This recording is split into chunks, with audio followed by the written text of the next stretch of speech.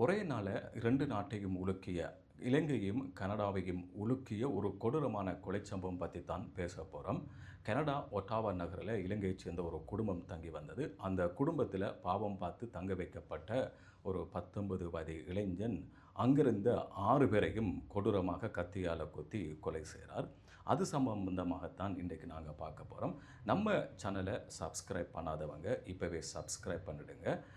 நான் போடுற நிறைய தகவல்கள், செய்திகள உங்களுக்கு பார்க்கக்கூடியதாக இருக்கும். பெல் ஐக்கன் பட்டனையும் கிளிக் செய்து கொள்ளுங்க. இந்த கொலை செய்யப்பட்ட குடும்பத்துக்கும், கொலை செய்த அந்த இளைஞனுக்கும் என்ன தொடர்பு என்று பார்ப்போம்.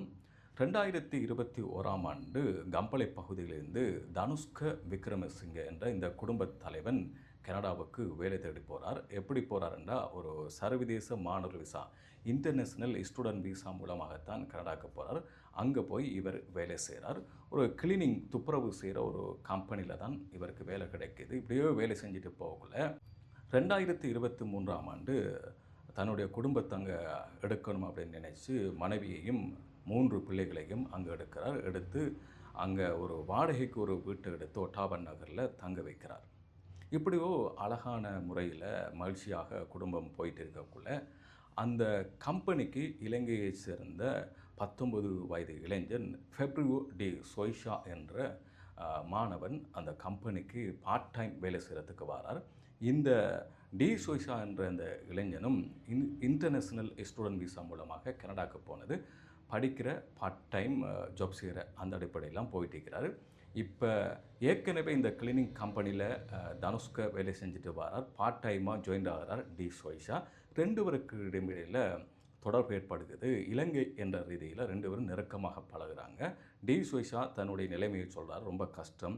நாட்டுல குடும்பம் கஷ்டம். இங்க படிச்சுட்டு நான் பார்ட் டைம் ஜாப் செய்து காசு அனுப்பணும் அப்படிங்கிற விஷயத்த சொல்றாரு. அப்ப ஒரு நாட்டை விட்டு இன்னொரு நாட்டுக்கு போனா, ஒரே நாட்டா இருந்தாலும் இனம், மதம் கடந்து ஒரு நாடு என்ற அடிப்படையில 2 பேரும் யாராக இருந்தாலும் நெருக்கமாக பழகுவாங்க. நிறைய விஷயங்கள பேசிக்கொள்வாங்க. அப்படி சரி, இந்த இளைஞனுக்கு உதவி செய்யணும் அப்படின்னு சொல்லி தங்குமிடம் இல்லாம தவிச்சிட்டு இருந்தார் டி சொய்ஷா. சரி, எந்த வீட்டில வந்து நீ தங்கு, என் வீட்டில இருக்கின்ற கீழ்த்தளத்தில தங்கு அப்படின்னு சொல்லி அந்த டி சொய்ஷாவ கூட்டி வந்து தங்க வைக்கிறார். இப்படியோ காலம் போயிட்டு இருக்கக்குள்ள 1 மாசம், 2 மாசம், 3 மாசம் அப்படி போயிட்டு இருக்கக்குள்ள, டி சொய்ஷா கொஞ்சம் தனிமைப்படுற மாதிரி இருக்கு. ஏற்கனவே நல்ல முறையில நிறைய தடவ கலகலப்பா பேசிட்டு இருந்த இந்த இளைஞன், காலம் போக போக கொஞ்சம் அமைதியாகிறார். தன்னுடைய ரூம விட்டு வெளிய வரல்ல, பேசுறல்ல, கொஞ்சம் கடுகடுப்பான முகத்தோட இருக்கிற மாதிரி விளங்குது. சரி, அவரு ரொம்ப மனநிலையில பாதிக்கப்பட்டிருக்கலாம். குடும்பத்த விட்டு, நாட்ட விட்டு போயிருக்கும் அப்படின்னு சொல்லி அவங்களும் விட்டுட்டாங்க. இப்படியோ போயிட்டு இருக்கும்போது சம்பவ தினத்தன்று என்ன நடக்குது அப்படின்னு பார்ப்போம். 2024ஆம் ஆண்டு மார்ச் 6ஆம் தேதி தான் இந்த கொலை நடக்குது. சம்பவ தினத்தன்று தனுஷ்க விக்ரமசிங்க அந்த குடும்பத்தினுடைய தலைவன் வேலைக்கு போயிட்டார்.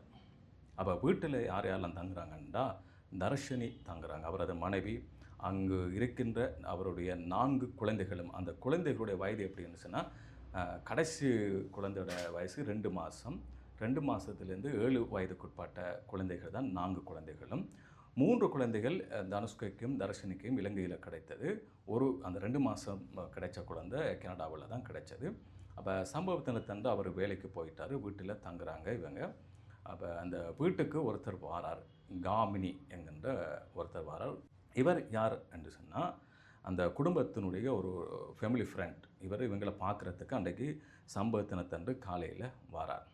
டி சொய்ஷா இந்த வீட்டினுடைய கீழ்த்தளத்தில தங்கிட்டு இருக்கிறார். சம்பவ தினத்தன்று டி சொய்ஷா எப்படியோ இன்றைக்கு இவங்கள போட்டு தாக்கணும் அப்படிங்கிறத ஒரு கிழமைக்கு முந்தையே ரெடி பண்ணிட்டார். அப்ப சம்பவ தினத்தன்று ஒரு மதிய நேரம் லஞ்ச் டைமில கீழ்த்தளத்தில கூப்பிட்டு அந்த காமினி ஏக்கநாயக்கவ கத்தியால ஒரு கிட்டத்தட்ட 10க்கு மேற்பட்ட தடவ கத்தியால குத்தி காமினிய கொலை செய்றார். அந்த வீட்டுக்கு வந்திருந்த விசிட்டர்ஸா வந்திருந்த காமினிய, அவங்களோட குடும்ப நண்பரை இவர் கொலை செய்றார். அப்ப சத்தம் கேட்குது. இப்ப கொலை செய்யும்போது அவருக்கு அழுகுற சத்தம், கத்துற சத்தம் எல்லாம் கேட்குது. அப்ப மாடியில மேலுக்கு தங்கிட்டு இருந்த தர்ஷினி 4 குழந்தைகளும், என்ன சத்தம் கேட்குது அப்படின்னு சொல்லி இவர்கிட்ட கேட்டதுக்கு இவர் சொல்றாரு, இல்ல நான் ஹரார் வீடியோ பார்த்துட்டு இருக்கிறேன், அந்த சத்தம் தான். ஹரார் வீடியோ அப்படின்றா என்னென்னு சொன்னால், இது ஒரு பயங்கரமான வீடியோ. இரத்த காட்சிகள் நிறைந்தது, அச்சமூட்டுகின்ற வீடியோக்கள், பேய் கதைகள், கொலை செய்கிற அந்த காட்சிகள், இப்படியான நம்ம பார்க்கும்போது ஒரு அச்சுறுத்தக்கூடிய காட்சிகளை கொண்ட அந்த வீடியோக்களுக்கு சொல்கிறது ஹரார் வீடியோன்னு சொல்லி. இந்த வீடியோக்களை நான் பார்த்துட்டு இருக்கிறேன் அப்படின்னு சொல்லிக்கொண்டு இவர் மேல் மாடிக்கு ஓடி போகிறார். மேல் மாடிக்கு போய் அந்த தர்ஷினியையும் 4 குழந்தைகளையும் சரமாரியாக கத்தியால் குத்தி கொலை செய்கிறார். தர்ஷினிக்கு இவருக்குன்னு தப்பணும் அப்படின்னு சொல்லி ட்ரை பண்ணாலும் கையில் 2 மாத குழந்தை இருக்கு. அந்த குழந்தையை விட்டுட்டு தடுக்க முடியலை, தப்ப முடியலை. அப்போ கத்தியால் குத்தி கொலை செய்கிறாரு. செஞ்சுட்டு இவர் கீழ்த்தளத்துக்கு வந்துட்டார். மேல் மாடியில் இருக்கின்ற கதவையும் அடைச்சிட்டு, சம்பவத்தினத்தன்று இரவு இந்த வீட்டினுடைய குடும்பத் தலைவன் தர்ஷினுடைய கணவர் அந்த 4 சிறு குழந்தைகளின் தந்தை வேலையை முடிச்சுட்டு வீட்டுக்கு வரார். வீட்டுக்கு வந்ததும் கீழ்த்தளத்திலே வைத்து அந்த டி ஷோய்ஷா என்ற அந்த 19 வயது இளைஞன் தனுஷ்கக்கு கத்தியால் குத்துறார். கத்தியால் குத்த வாங்கி கொண்டு மேலுக்கு ஓடி போகிறார். தன்னுடைய குடும்பத்தை பார்க்குறதுக்கு என்னாச்சுன்னு கதவு மூடி கிடக்கு. இவர் அங்கேயும் ஓடி போய் டி ஷோய்ஷா மலை நெஞ்சு பகுதியிலையும் கையிலையும் குத்தும்போது கையை கொடுக்குறார். கையிலையும் குத்துப்படுது. அந்த குத்தை வாங்கி கொண்டு இரத்த வெள்ளத்தோட ரோட்டுக்கு ஓடி போகிறார். ஓடி போய் அங்கே இருக்கின்ற அக்கம் பக்கத்தில் உள்ளவங்களுடைய உதவியினார அவங்க உடனே போலீஸுக்கு கால் பண்ணுறாங்க. போலீஸ் வந்து ஃபெப்ரியோ டி ஷோய்ஷாவை அரெஸ்ட் பண்ணுறாங்க. அரெஸ்ட் பண்ணிவிட்டு போகிறாங்க. தனுஷ்கவை ஹாஸ்பிட்டலில் அட்மிட் பண்ணுறாங்க. அவர் கையில் நிறைய குத்து. இதனால் இவருக்கு நரம்பு பாதிப்பு ஏற்பட்டிருக்கிறது. ஒரு பக்கம் ஒரு கை செயலிழந்தது அப்படின்னு கூட சொல்கிறாங்க. இப்படி போலீஸ் அரெஸ்ட் பண்ணிட்டு போய் இவர்கிட்ட விசாரிக்கிறாங்க. என்ன நடந்தது, ஏன் நீ கொலை செய்யாய் அப்படின்னு சொல்லி விசாரித்ததுக்கு அவர் சொல்கிறாரு, கொஞ்ச காலமாக நான் மனச்சிதைவால் பாதிக்கப்பட்டிருக்கிறேன். எனக்கு வார கோபத்தை கட்டுப்படுத்த முடியலை. நான் டிக்டாக்கில் வீடியோ பார்க்குறேன். அந்த வீடியோக்குள்ளெல்லாம் பயங்கரமான கொடூரமான காட்சிகள் நிறைந்த வீடியோக்களை தான் நான் பார்ப்பேன். அப்போ ஹரார் படமும் நான் பார்க்குறேன். எனக்கு அதை பார்த்து நானும் தனிமையில் இருந்து கவலையில் எனக்கு ஒரு வெறுப்புணர்வு வந்தது.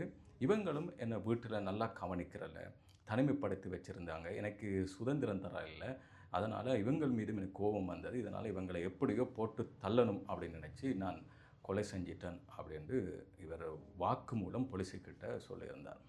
இவருடைய வாக்குமூலத்தை ஒட்டாவா நீதிமன்றத்தினுடைய நீதிபதி கெவின் பிலிப்ஸ் நிராகரிக்கிறார். இதை ஏற்றுக்கொள்ள முடியாது. நம்பிக்கையோடு இவரை தங்க வைச்ச குடும்பத்துக்கு இவர் நம்பிக்கையினமாக நடந்திருக்கிறார். இது ஒரு கொடூரமான கொலை. ஒட்டாவா நகரத்தினுடைய வரலாற்றை எடுத்துக்கொண்டால் இப்படியான கொலைகள் எதுவும் நடக்கலை. இது அந்த குடும்பத்தினுடைய நம்பிக்கையை சிதைத்து இவர் பாவம் அப்படின்னு சொல்லி பார்த்து இந்த வீட்டில் தங்க வச்சுக்கிறாங்க. அந்த தங்க வச்ச நம்பிக்கை இணைத்து சிதைத்து அந்த குடும்பத்தினுடைய நம்பிக்கை எல்லாத்தையும் குழி தோண்டி புதைச்சி இவர் கொடூரமாக கத்தியால் கொலை செஞ்சிருக்கிறார். இவருக்கு தண்டனை வழங்கணும் அப்படின்னு சொல்லி தான் அந்த ஒட்டாவா நீதிமன்றத்தினுடைய நீதிபதி கெவின் பிலிப்ஸ் தீர்ப்பு வழங்கியிருக்கார்.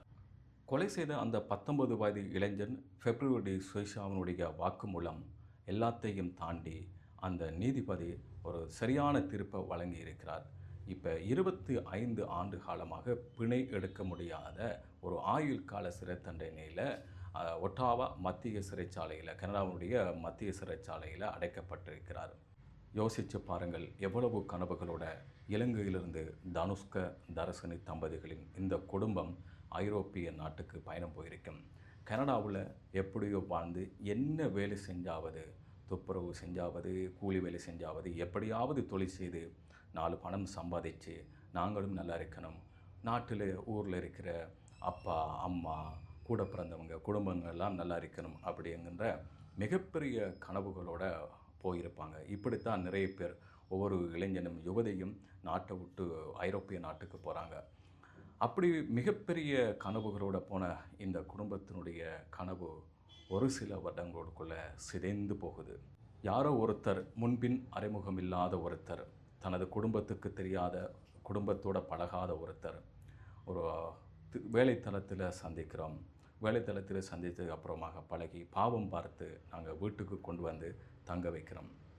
இதனால் நமக்கு அவரை பற்றிய பழைய சம்பவங்கள், குடும்பத்தை பற்றிய நிலவரங்கள், இவரை பற்றிய தகவல்கள் எதுவுமே தெரியாமக்கு எந்த நம்பிக்கையோட அப்போ வேலைத்தளத்தை சந்தித்த ஒருத்தரை கொண்டாந்து வீட்டில் தங்க வைக்கிறோம். வீட்டில் தங்க வச்சு சில மாதங்களுக்கு பிறகு மனைவி பிள்ளைகள் எல்லாரையுமே இழக்கிறோம். இன்றைக்கி அந்த கனவுகளும் இல்லை, குடும்பம் இல்லை, மனைவி இல்லை, பிள்ளைகள் இல்லை, யாருமே இல்லை. குடும்பத்தில் ஜீரோவாய்க்கு நிற்கிறோம்.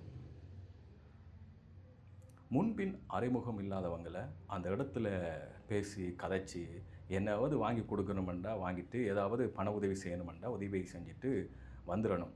வீட்டில் வந்து தங்க வச்சு இடம் கொடுத்தோம்னா இப்படி நிறைய சம்பவங்கள் நடந்திருக்கு. கனடாவின் ஒட்டாவா நகரில் இலங்கையை சேர்ந்த குடும்பத்துக்கு நடந்த இந்த பட்டு பாதகமான கொடூரமான கொலை சம்பந்தமாக நீங்கள் என்ன கருத்துக்களை சொல்ல போகிறீங்க அப்படிங்கிறத கமெண்ட் பாக்ஸில் சொல்லுங்கள். இந்த வீடியோ மற்றவங்களுக்கும் பிரயோசனமாக அமையும் என்கிறதால ஷேர் பண்ணுங்கள். நம்ம சேனலை சப்ஸ்கிரைப் பண்ணாதவங்க சப்ஸ்கிரைப் பண்ணுங்கள். மற்றும் ஒரு தகவலை உங்களை சந்திப்போம்.